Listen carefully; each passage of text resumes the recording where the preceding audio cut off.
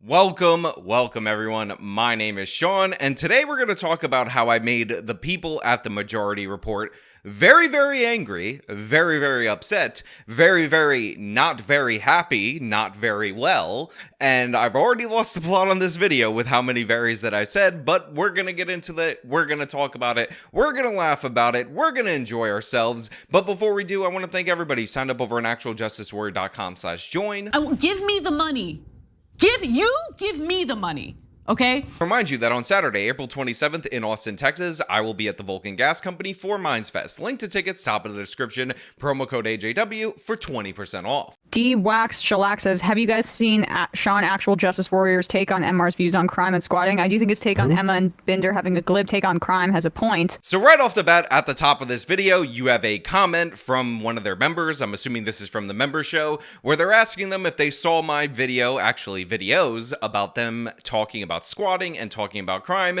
And unfortunately for them, their own viewer realized that I made solid points in that video. And this is going to make them very not happy because you're about to see the fire come from behind the camera, and I have never seen a more brave man from behind the camera to talk about how I'm a bad person. Just look at the energy that they're leading off with. But I would like to see a debate or at least a rebuttal, but I do realize he might be clout jumping. I don't care. The stupid asshole who thought the George Floyd effect was, no, he's a moron. You should be embarrassed for thinking he had a point. And if you want us to respond to it, you should elaborate and tell us what his point is instead of making us watch that fucking moron. Yeah. Whoa, Maddie from behind the scenes, mind your manners. What's wrong with you? You kissed your mother with that mouth?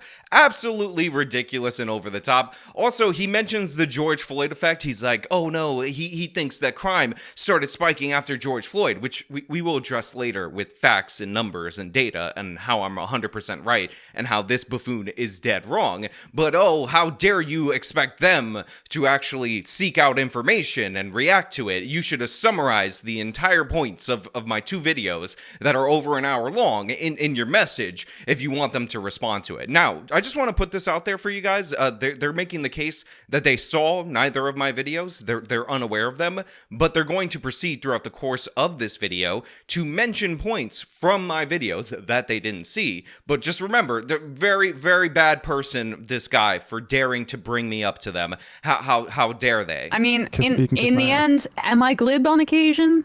Yes.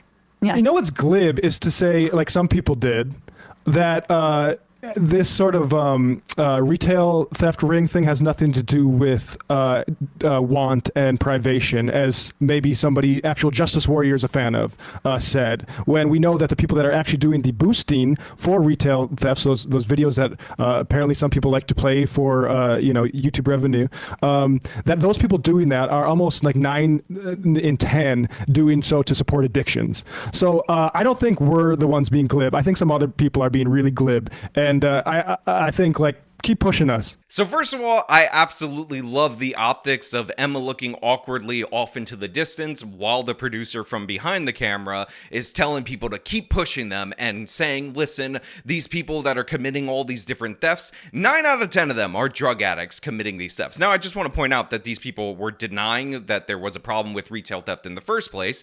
They also blame poverty all the time, but that's not really the issue at hand. The fact of the matter is they are stealing from these places. Businesses are shutting down due to theft. Yes, there are other factors involved. For instance, higher interest rates make it more difficult to get money, so all these businesses are already stressed due to economic conditions, but the theft obviously doesn't help, and this is creating problems through our society. And being addicted to drugs, I guess maybe in the Majority Report they feel differently, but I think you don't get to commit crimes because you're addicted to drugs. I think that's not reasonable. On top of that, I will point out that me and the person that I am a fan of, that one person that they're not naming here, even though they'll name her later, are under the opinion, or if I can speak for both of us, because apparently this is what I have to do, that you should put people in treatment, and you shouldn't give people the option when they're committing crimes to not go to treatment because they are sick.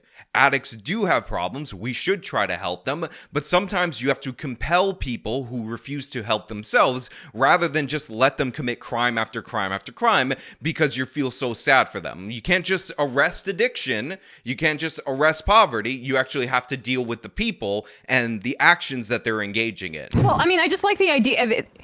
I'm going to be glib about claims about crime, given the fact that crime is down substantially, and that's not being represented in the coverage of crime nationally. So I don't know what the claim is, but the reaction that I have to that is just basically, I do think that these crime warriors are deserving of mockery because they're not able to actually reckon with the data that we're dealing with. So here we have Emma stumbling and bumbling through her rebuttal about how, oh, you don't understand. We know the data. We understand the numbers related to crime, and all these people that are concerned with criminality, they just don't get it because crime actually down. Now, of course, my follow-up question, because I would like to get past level 0 of the conversation, is down compared to what?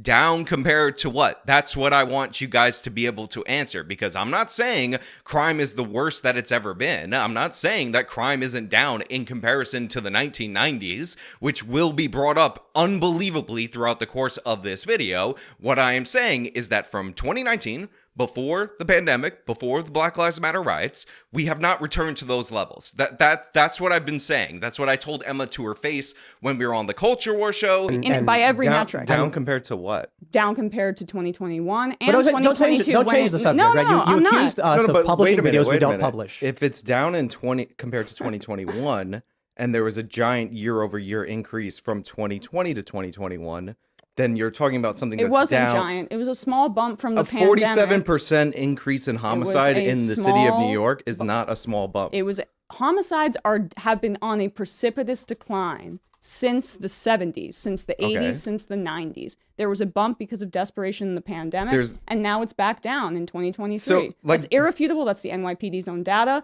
That's on all major crimes: murders, rapes, grand larcenies, robberies. This is an argument I'm often confronted with, and it's actually pretty terrible. So crime is down from the peak, for sure, right? In some years in New York City, we had 2,100 murders. I think that's the largest ever in the history of the city of New York. However, my standard it's not as bad as the worst time in the history of the city of New York. When I see murders jump year over year from about 319 to 469. What do you mean year over year? The 2 years that I just year listed? over year, as in from 2020 to 2021. That would be a year over year increase. That is a dramatic increase, and it's the largest since, I believe, 2010. The greatest year over year increase of all time in the city of New York, by the way.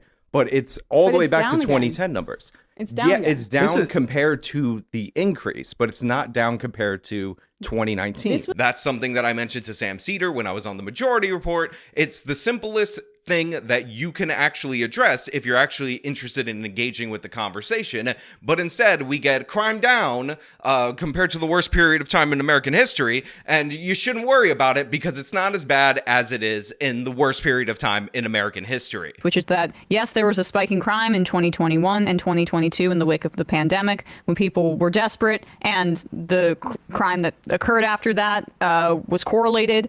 But we also have seen a steep drop in all kinds of violent crime and crime in general since the 80s. It's been on a decline. There was a brief 2-year pick back up, and now we are down once again by every single metric, whether it be violent crime, shoplifting, theft. Nationally, the United States is on a crime decline, and I don't understand how you can cover crime as this, actual crime warrior, actual crime justice warrior, actual says, cop mouthpiece. Right. You guys thought I was kidding? You guys thought I was joking that at this point in time, this late in the game, they're talking about crime being down compared to the highest point in history. Now, she said the 80s right there. Typically, these people say the 90s. It's a distinction without a difference at this point in time based on the fact that they don't know anything. So that's not really the relevant portion.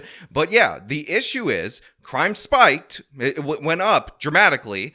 And it's gone down since the spike, but we're still elevated from the pre-spike levels. Do you understand? Can you follow what I'm saying? Do you understand the words that are coming out of my face? So when you're like, I don't understand how people like the Crime Warrior, which by the way, I actually like that name a lot. That might be on a new t-shirt in the future. I know they're trying to say it in a way to like disparage me. Like, we don't even know this guy's channel name. I got where you're going with this. But the reason I'm covering it this way is because that's what I'm interested in, is the fact that it's spiked. I'd like it to go back down to pre-2020 levels. That's what I would like to happen, for it to go down before 2020. I can remember a time before the year 2020 that I would like to return to in terms of the numbers, because that's a significant problem. When you have a dramatic spike in homicide, like the largest of all time in 2020 of 30%, you follow that with another increase in homicide, and then you have drops after those dramatic increases, and you're still elevated. That's what I'm concerned about. That's what I'm discussing. That's what I'm highlighting. I never once said that crime is the worst that it's ever been. My standard is not the worst that it's ever been. This is essentially like saying if somebody was killed in an anti-Semitic attack, that's perfectly fine. It's not a big deal, because at least it's not the Holocaust. That was the most anti-Semitic attack. Therefore, the thing that you're talking about now, no big deal, because it's not the worst that it's ever been. Great argument, Emma. Really, really well put forward. I can't believe I'm still explaining this. I can't believe I actually legitimately explained this in person to somebody, and they still don't get it. They still don't understand. They still can't address the point. Actual cop's mouthpiece. Right. Like how that can't be central to your coverage if you're covering it honestly. So he's just, him and the people who are fans of him are just recycling police talking points, and whether they want to roll their eyes at a term like propaganda or not, the fits. So first of all, Matt, calm down. Relax. And yes, I will roll my eyes at the term propaganda, because it's stupid. You can say police propaganda. It's fine. You can use adult words. You don't need your catchy internet jargon that people don't talk like in the real world.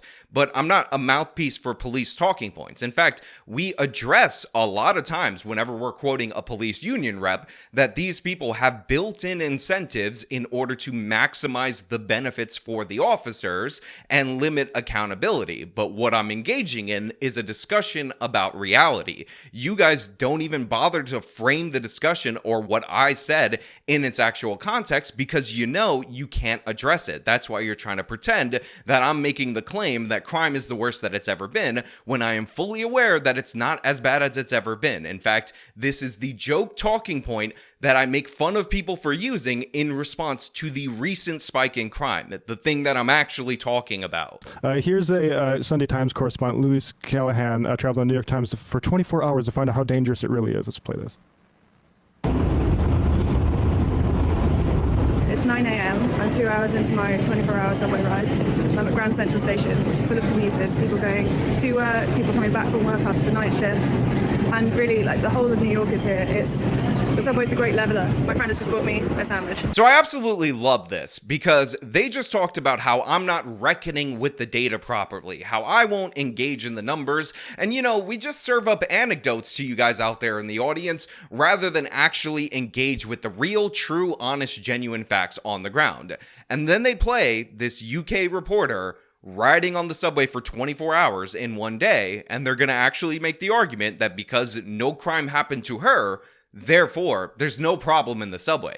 Nothing to worry about. This is the ultimate anecdote that you could put forward, but apparently this is good enough. Me talking about the data in subway crime, which I will get into in just a moment, this is wrong. How dare you? Look at British lady. She rode the subway for a full day and no crime happened to her. I'm tired, heading home for the day. All right, it's 11 o'clock. I'm in Grand Central. I've got a burger. I think we kind of get the point. She was not assaulted. She was killed 5 seconds later. Oh gosh. Good, you cut it off.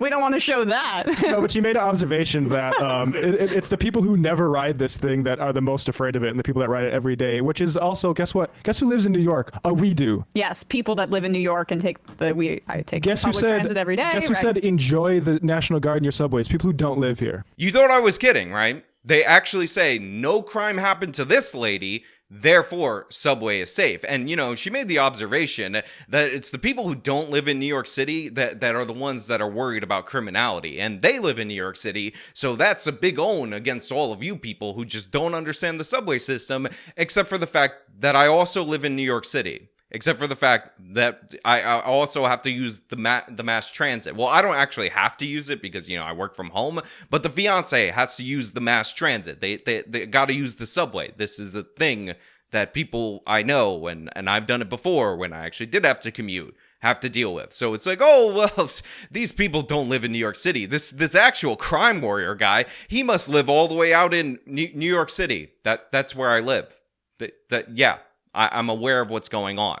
Incredibly low number of crimes that are taking place here. So 1 per about a million rides. Now, I also want to highlight that this lady said somewhere throughout the course of this video that only 1 crime per million people happens in the subway. That's actually 1 felony per million riders, I believe, is what they're trying to say. That's the argument they're trying to put forward. But the thing is, comparing crimes to ridership is not a useful metric. Why don't we compare subway crime to subway crime in previous years? For instance, even though this woman wasn't killed, even though those people at the Majority Report want you to know that this woman she didn't die. She's not dead. She's alive. She was perfectly fine in her one-day anecdotal experience in the subway. More people have been killed since 2020 in the subway than the previous 15 years.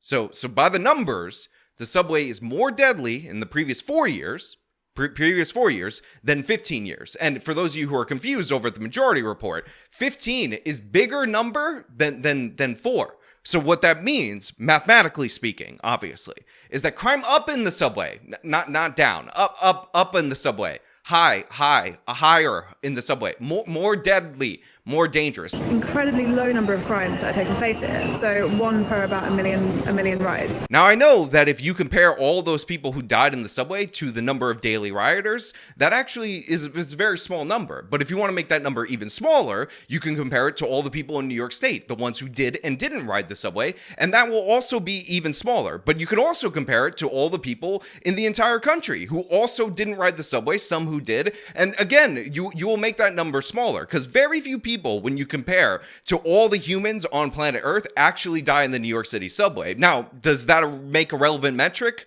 when you're comparing like for like and you realize that, yes, it is more deadly in the last 4 years compared to the 15 years?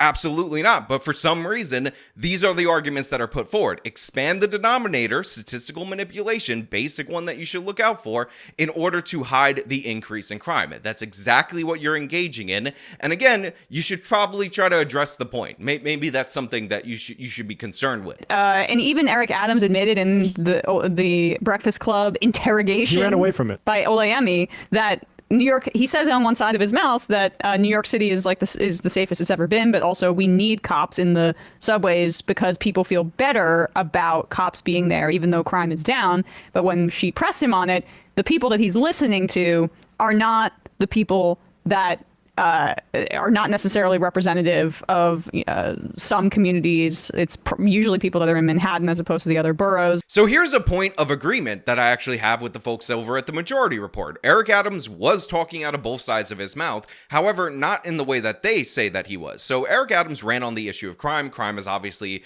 a big issue in New York City politics at this very moment in time, but he's also trying to say that he's doing a good job on crime. So he's saying compared to when he took office, it fell, and he's trying to take all the credit for it. This is the discrepancies in his particular statement. On top of that, while New York City is still technically the safest big city in the entire country, that is because we've seen similar crime spikes in other cities across the nation.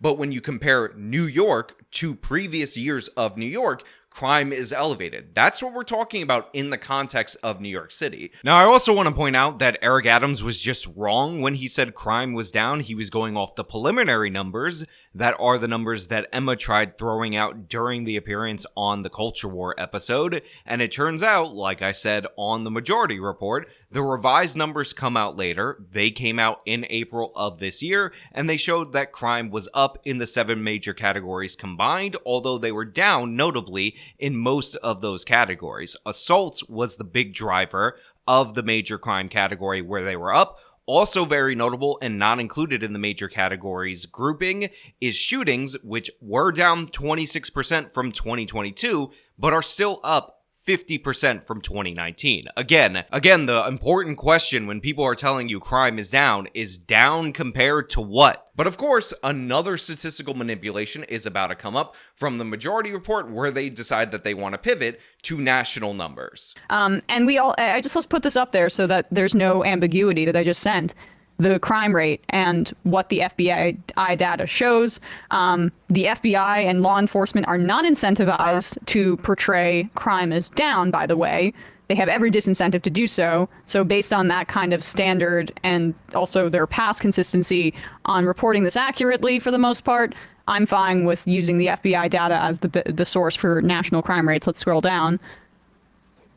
New FBI data confirms previous indications that crime in the U.S. declined significantly in 2023, continuing a post-pandemic trend. And just to reference, sorry to cut you off, but just to reference our buddy, the actual Justice Warrior, it doesn't say the post-George Floyd effect trend. It says the post-pandemic trend. So I love the fact that Maddie is so smug about his proof, his evidence, that it has nothing to do with the effects of the Black Lives Matter riots, with the effects of George Floyd, or anything like that, because this line in this article said, post-pandemic crime spike, and you're just an idiot if you don't believe this sentence in the mainstream media article. I mean, this line right here, definitely 100% provable, therefore George Floyd effect completely debunked, completely destroyed because of this line right here. Now, I will point out that, even though that's a devastating counter argument to me, and I don't know how I'm going to be able to overwhelm it, that we actually do have a weekly chart that compares a set period of time in terms of homicides in the United States of America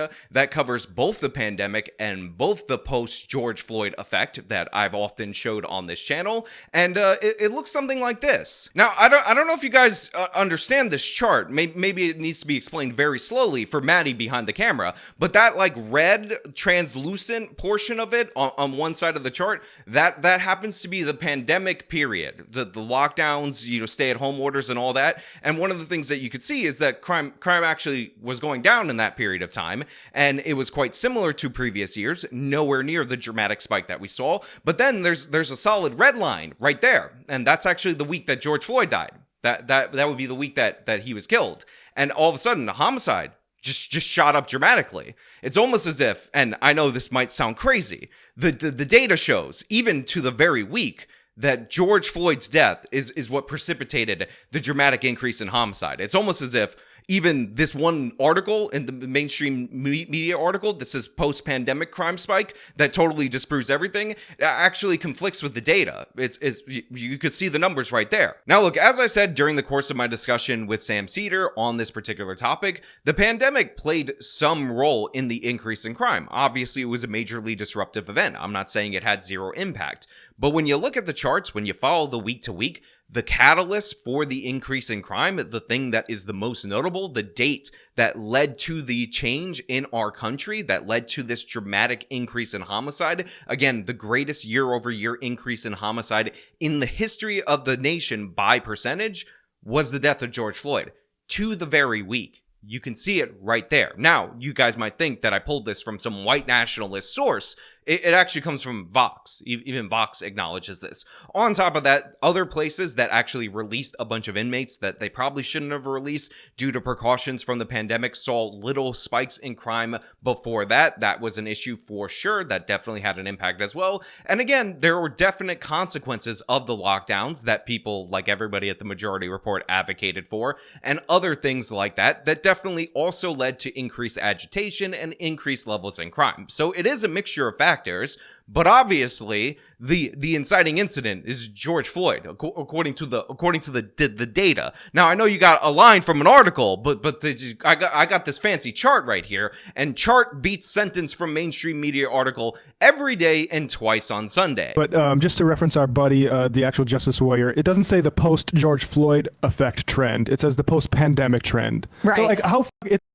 fucking embarrassing, frankly. And I'll just say it, Anna retweets that guy. It's fucking embarrassing. I can't believe that Anna retweets that guy. Oh, horrible, horrible. What are we in 3rd grade right now? We're talking about retweeting other people? Now, to be clear, I don't know what exactly they're referring to in terms of the retweet. The last engagement that I had with Anna was actually a campaign to raise money for a 9-year-old girl who was slain in Chicago during a shooting where I believe the family was mistaken as a rival gang. About 9 members of the family were wounded in that particular shooting, and Anna didn't want to cover it because dorks like these people shamed her out of it because they misinterpreted her original tweet as a tweet about black crime. So I decided to use my channel to raise money for that family in Anna's name, which, by the way, you guys doubled up the fundraiser, and I am so honored that I have you guys out there in my audience.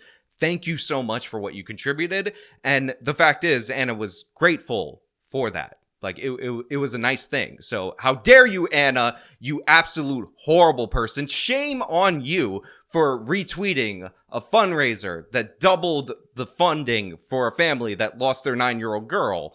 That was done in your name because you inspired through your passion on the story for people to look into it. How dare you? So the new 4th quarter numbers showed a 13% decline in murder from 2023 from 2022, a 6% decline in reported violent crime, and a 4% decline in reported property crime. Can we put this up? That's based on data from around 13,000 law enforcement agencies policing about 82% of the U.S. population that provided the FBI with data through December.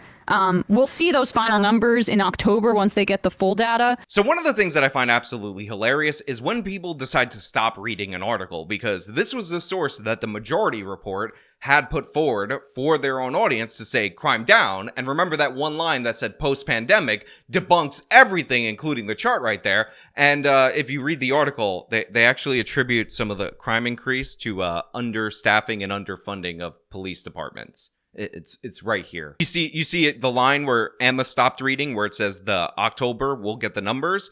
Right after that, it says, Asher and other experts say the biggest factor behind the drop in crime may simply be the resumption of anti-crime initiatives by local governments and courts that had stopped during the pandemic. Quote, after a terrible period of underfunding and understaffing caused by the pandemic, local governments have, by most measures, returned to pre-pandemic levels. Now, it also talks about understaffing, under-engagement with the police, and then it goes on to say, quote, the tools that we ordinarily used to interrupt these cycles of violence were gone in 2020 and 2021. Now look, declines from the dramatic spike that people like the Majority Report are in complete denial about are a good thing. In fact, even in the New York City numbers that I talk about, even though we had a 47% increase in homicide, which then went up in the following year, we are starting to come back down in terms of homicide, and that's absolutely wonderful. That is a good thing. But of course, we're still elevated from those pre-George Floyd levels. It's just a fact that Emma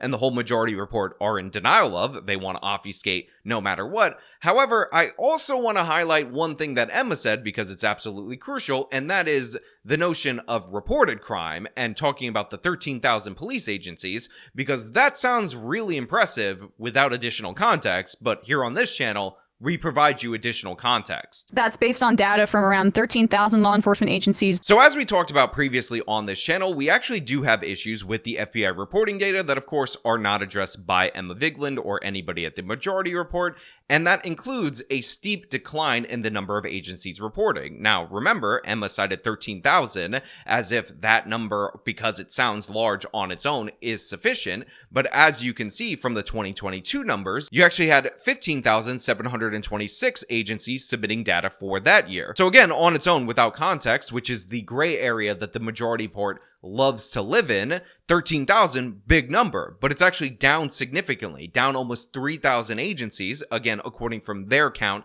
to the 2022 count. And there's also something else that's incredibly crucial about this data set. You see, right at the top, you can see that the Uniform Crime Report from the FBI comes from 2 sources in 2022. Those sources are the Summary Reporting System and the National Incident-Based Reporting System, which is called the NIBRS. CRS. Now, for those of you who are strangers to this channel, what you might not be aware of is we're actually transitioning from SRS-based data to the National Incident-Based Reporting System data. And in fact, in 2023, we only had National Incident-Based Reporting data in our system. This probably is one of the reasons why so many other law enforcement agencies decided not to participate, because government bureaucracies are often slow-moving and whatnot. But the overall point that I'm making, and is not acknowledged by the majority report, is that even though we're still looking at reported crimes in both of these years, we're using different methodologies in order to gather the data of said reported crimes,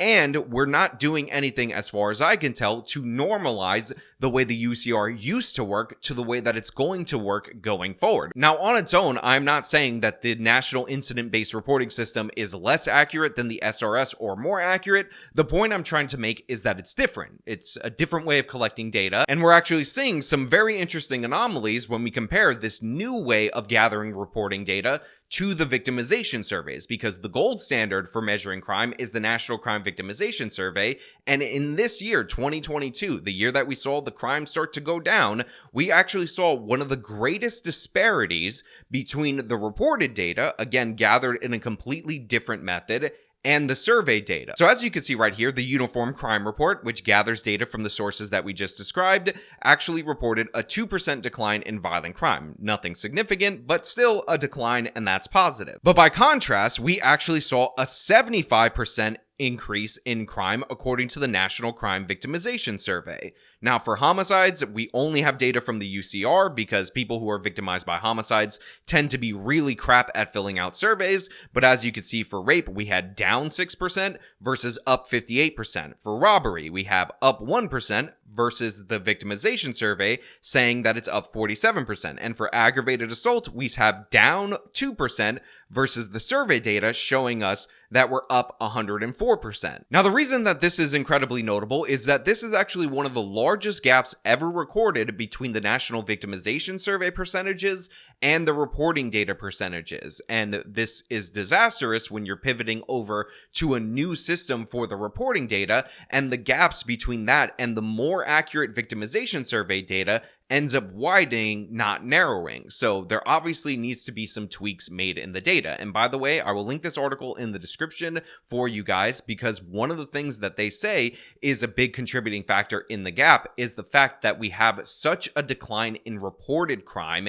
across the country. So in 2021, we actually saw a 52% reporting rate of serious violent crimes compared to a 48% reporting rate in 2022. Now, this is a relative decrease of 8%. The decline in reporting crimes to police was particularly large for the crime of aggravated assault, falling from 61% in 2021 to 50% in 2022, a relative decrease of 18%, and that makes a lot of sense when you look at the big divergence in that particular category between the victimization survey, which again captures reported and unreported crimes, versus the police data presented in the Uniform Crime Report. Now look, I understand that I'm using a lot of words and sentences, and it might be confusing for people who begin and end their thought process on crime with crime down since 1990s, crime lower than in 1990s, 1990s very high, crime down compared to that. But trust me, this is absolutely crucial when you're interpreting the data, especially when you have somebody go out of their way to justify the data without any understanding of the change in collection method. So also, the left is right about crime and should be listened to and not maybe pathologized by leading people in the media about it. So yeah, there we go. The gall to be accused of not caring and being glib. I fucking resent that. I actually know people who work retail and stuff like that, and I care about what is driving those incidents that, again, we know are inflated by the retailers themselves and the police departments themselves. So let me say this without any ambiguity. You do not care at all whatsoever about the people who have to deal with crime. Even what you said right now is proof positive to that, and I don't care that you know somebody who works in a store. However, that somehow becomes relevant to the conversation, because in New York City, where you live, where I live as well, by the way, we have seen, since the Black Lives Matter riots, a 77% increase in retail theft. This is a chart from John Jay College of Criminal Justice. And as you can see, this chart actually goes all the way back to the Great Recession times, and there was no similar increase during that period of time. Because what's actually driving this, what's actually enabling the criminals, is policy, changes in the criminal justice policy to be particular, bail reform to be particular, because again, the same 300 people are responsible for approximately 30% of all the retail theft arrests in the city of New York, not actually poverty. So what you would want to do is get those repeat offenders off the streets, these people who often turn violent when they're confronted by store employees who are just sick of this nonsense, but you don't care to actually address that. You just want to say the left is right about crime and it's being inflated by the police and by the retailers. It's all lies. Ignore your lying eyes and pretend that the stores aren't closing in front of you because it's just corporate greed that's putting stuff behind glass because gosh, aren't corporations so cruel? Again, the data is clear and obvious, and if you're going to argue that it's being inflated, please tell me how they're getting away with inflating it this dramatically. Please explain that one to me, Maddie from behind the camera. Now, they go on into this whole side quest about male loneliness and how the right's wrong on that, and honestly, not interested in it. You can watch the full video linked in the description. We're trying to stay on topic, ignore their pivots. I don't want to talk about feminism or Andrew Tate or any of that stupid nonsense at this moment in time. The topic is criminality, and let's get back to that. Say what at least for me, I think my analysis of crime, the implication is that I'm a privileged white girl that doesn't understand things, and like I've never hidden the fact that my parents were lawyers and I had a comfortable upbringing growing up in New Jersey. That is something I'm constantly conscious of. I don't necessarily think that it infringes on my coverage here in any real way. No, because wealthy people views about crime like the ones that we're criticizing right now. Well, that's typically what I mean. I've seen it's not a coincidence that the actual crime warriors' opinions on crime are very similar to the stuff that you hear from wealthy boomers that I've had conversations with in bridge and tunnelers in Long Island and New Jersey. Yeah. So Emma says, listen, I'm not somebody who's ever tried to hide or obfuscate my wealth and how I grew up so privileged and all of that, and how my family are 2 U.S. attorneys and I went to a $40,000 a year private elementary school, even though at the same time she's attacking what she calls bridge and tunnelers, which are known as commuters, people who can't afford to live in New York City, and says that my opinions are the opinions of the wealthy property owners and whatnot, and it's no coincidence that I hold those opinions because I guess I own some property or something like that. It's property owners and wealthy people who basically make those arguments, and we're trying to be representative of the advocates that we've had on this program, including one we'll have on tomorrow, who do the on-the-ground work and have some prescriptions on it based on data. On data. But yeah, Emma, you're wrong. You have what are called luxury beliefs, the beliefs that are popular in elite left-wing circles that are totally disconnected from reality, and this isn't something that we can argue about, and it's just my opinion versus your opinion. It's actually supported by the factual data. If you look at who voted for Eric Adams in the Democratic primary, you will find out that Black and Hispanic neighborhoods that are disproportionately poor, that are disproportionately impacted by violent crime, voted overwhelmingly for Eric Adams because they want to change, because they actually experience the consequences of your luxury beliefs. The left-wing candidates, they were more popular in Manhattan, in the wealthy neighborhoods, in the circles that you've run in your whole entire life, because they don't experience the criminality in the same way that other people experience it. So yeah, you're just incorrect on this. I mean, just look at all the different celebrities. John Legend was out there defending bail reform the other day because this is the popular gauche celebrity position. Yeah.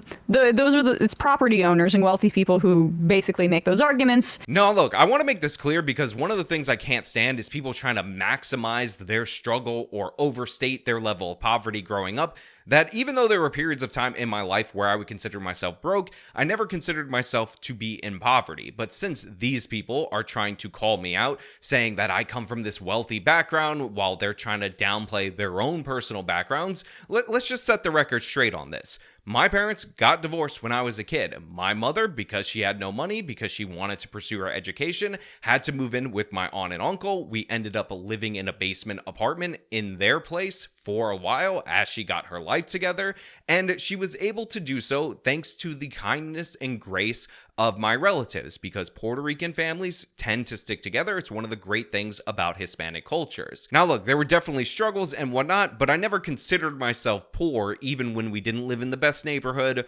even when we struggled or anything like that, because what my mother and my aunt actually went through was legitimate poverty. They had a father die when my mother was 13. Their mother was a drug addict at one point in time during their childhood. An innocent angel Aladdin who was trying to feed his starving family actually set their place on fire, and because of that, they had to move out of their already crappy apartment to even crappier projects, because that was the option that they had after a crackhead set their place on fire. Now, I'm sure that that guy was an innocent angel as well, and he's struggling with addiction, and he should just be allowed to set places on fire and potentially kill my mother and my aunt when they were children. But trust me, it was not a good look, and my mother ended up getting out of that situation by joining the military, which is something that a lot of broke families tend to do. Now, one of the reasons why I reject whole cloth the idea that I grew up in poverty is because the things that I experienced pale in comparison to the things that my mother experienced, to the generations before me, what they actually went through.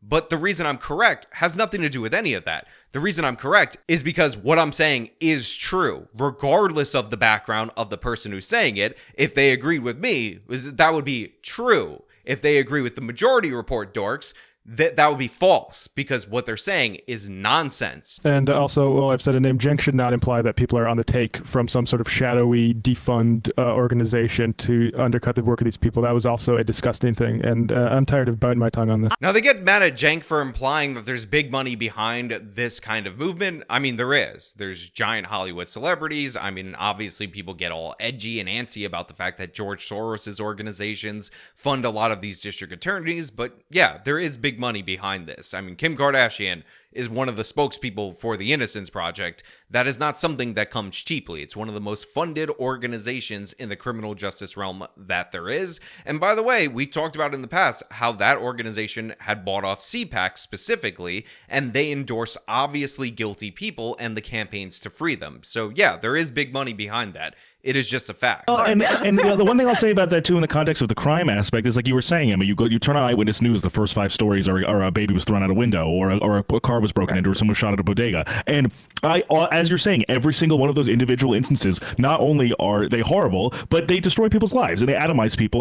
But at the same time, to act as if there are no structural solutions to those problems is actually ceding any sort of ground that we can make up to others. There are structural ways to deal with that involve actually improving people's lives and not immiserating them. They are more connected than anyone would like to think, and actually making those connections, i.e., you know, why so many people have to pay for cars. So they have somebody else's voice coming in right here, and he's talking about how there are structural solutions and whatnot to these problems, and I don't disagree with that. In fact, usually when I highlight a specific anecdote, I like to trace it back to a specific policy, because what I'm trying to do is produce policy change. But sometimes a human element, a story that is representative of that policy failure, is the thing that will push for the change. But did you notice that this guy said, oh, why should these people even have to pay for cars? There are structural ways to deal with that involve actually improving people's lives and not immiserating them. They are more connected than anyone would like to think, and actually making those connections, i.e., you know, why so many people have to pay for cars, why so many people have to struggle for housing, why so many people have to be this poor and immiserated in our societies, is what leads to these individual circumstances that people want to mention on the local news. Is this guy doing a Jessica Burbank where people are stealing cars because they can't afford cars and they need them to get groceries? Why are we seeing an increase in carjackings? I mean, we saw an increase in the price of used cars and trucks go up by 40%. And people are really struggling. They need cars to go get groceries, go to work, what have you. All right, I need to make this 100% clear. So car thefts are dramatically up. People are not stealing cars to engage in their day-to-day lives and drive to work. In fact, disproportionately, a lot of these car thefts are happening with teenagers, they're doing it for fun, and they're also doing it due to a lack of consequences. This is the most stupid thing I've ever heard, but apparently we can't deal with car theft, we can't deal with rape or murder or any of these other crimes until we figure out why people have to pay for cars, until we figure out why housing is so expensive. What you need if you're a serial rapist is a nice 2-bedroom cottage, maybe a washer and dryer in the unit. That will be absolutely swell, and that will stop you from committing the rape, because you're an innocent angel Aladdin who's just raping in order to feed your starving family due to the price of housing and the fact that you have to pay for cars. So many people have to pay for cars. Why so many people have to struggle for housing? Why so many people have to be this poor and immiserated in our societies is what leads to these individual circumstances that people want to mention on the local news. It's true. There's nothing that doesn't flow downstream from those structural issues. And I'm not joking about that. This idiot just said there's nothing that doesn't flow down from those systemic structural issues. So rapists, possibly they're doing it because cars are so expensive. I don't know if you know that. As soon as the inflation number go up, the rape go up because people need to pay for their groceries. The microcosm of the quote George Floyd effect versus the pandemic effect is exactly that. It is the George Floyd effect has come from the let's pathologize people who are critical of cops, whereas the COVID thing is there's structural things that are crushing people and driving bad behavior that we don't want to see from desperate individuals. So yeah, the George Floyd effect is supported by the data. Again, to the week of George Floyd, we can actually see the homicide spiking. This is also supported by the Ferguson effect, which was written about prior to that after the Michael Brown hoax. And we also have multiple data sets that show us that whenever these consent decrees are put on specific police departments, we do in fact see an uptick in crime. Now, to be clear, that doesn't mean that each and every one of the consent decrees that are instituted against each and every one of these police departments isn't justified, isn't necessary in order to induce reform. It just acknowledges the fact that there are consequences to these changing attitudes against police. There are consequences to these changes in policy, but these people don't want to address that because we have to stop the rapists from raping by making sure they don't have to pay for their cars anymore. The one about pathologizing people is purely good for real estate interests and cops.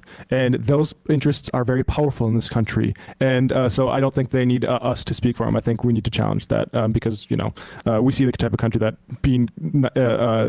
So just to be clear, the nonprofits that end up backing up the ideologies that these people push are completely unaccountable. They end up getting tons of money. In fact, there was recently an audit that talked about the $24 billion the state of California put into the homelessness crisis, and there's no accountability for that. All the time, we see the programs that these people push, like Thrive New York, the mental health initiative that Bill de Blasio gave nearly $1 billion to his wife for. The money just goes missing because you have a good cause, something for people to say, wow, I'm proud of supporting that, but the follow through is absolute trash. So the idea that, it's just, we're the innocent angels, we're fighting against the machine, when we see the proof in the pudding is in the taste, but unfortunately it's been stolen and there's no receipt for it, because that's what always happens when these buffoons get their initiatives through, and then they pretend they have the gall, the audacity to say, you've never actually tried our real ideas, you never actually tried giving a rapist a Porsche to see if he would stop raping. Now look, I hope I gave you guys an adequate presentation of what they said, of their argument, of their perspective, versus me actually combating that with facts, numbers, data, information, so that you guys can make your own decision. As usual, the sources for this video are in the description of this video, and if you like it, you can show them by leaving a like. Subscribe for more content, follow me on my social media, support me via the support links in the description of this video. This has been me making fun of the rage over at the Majority Report. Till next time.